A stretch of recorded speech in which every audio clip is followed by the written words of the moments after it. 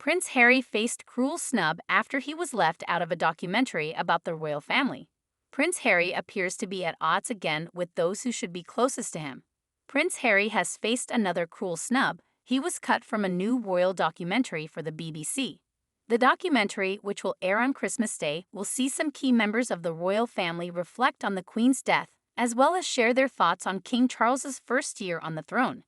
Prince Harry attended Charles' coronation earlier this year, but while key scenes from the event will be broadcast, the document has been edited to avoid mentioning the Duke at all, even in passing. The documentary follows the build-up to the elaborate ceremony in May and also shows the Archbishop of Canterbury forgetting his lines in rehearsal.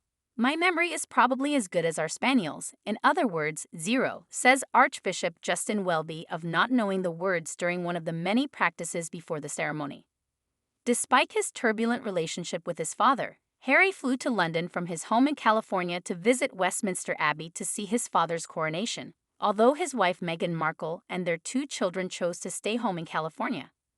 While other members of the royal family will appear in the documentary, both in passing and for interviews, Princess Anne Royal will take center stage.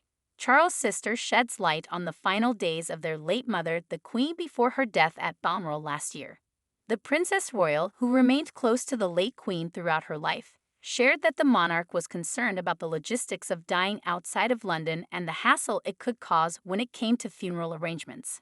"I think there was a moment where she felt it would have been harder if she had died at Balmoral," she said. "I think we tried to convince her that this shouldn't be part of the decision-making process."